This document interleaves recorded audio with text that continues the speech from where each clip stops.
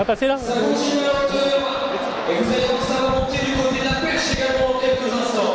Antonin, bravo, donc meilleure perf française de l'année sur 5000 mètres marche en salle. Est-ce que pour toi c'est quelque chose d'important?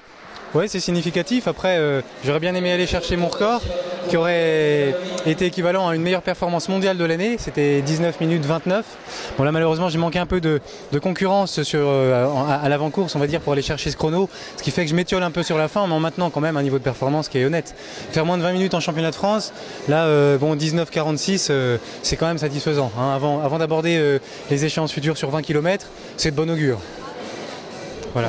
Les 20 km dans le but également de préparer la Coupe du Monde, j'imagine? Alors on a cette année la Coupe d'Europe au Portugal, au courant mai, mais après c'est essentiellement une sélection pour les championnats du monde en Corée qu'il faudra viser. Alors là c'est le niveau de performance, c'est moins d'1h21 sur 20 km. Voilà.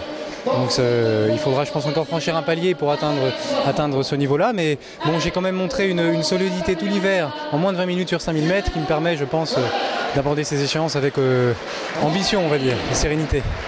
Et avec quelle ambition au niveau du chrono, justement, sur 20 km? Alors sur 20 km, pour être tout à fait honnête, il faut d'abord que je sois dans une logique de progression. L'an dernier, j'ai réalisé 1h23 minutes et 30 secondes environ. Et les minima d'1h21 paraissent très élevés. Donc il ne faut pas que ce soit quelque chose sur lequel je puisse buter.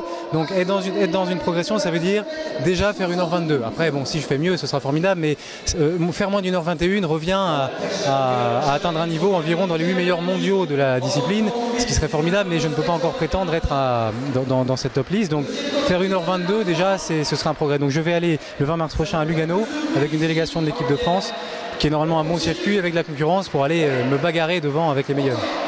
Et pour avoir ce niveau, c'est plus un problème technique ou un problème physique? Non, je pense que c'est essentiellement un problème de maturité, c'est-à-dire qu'en marche, il faut des années pour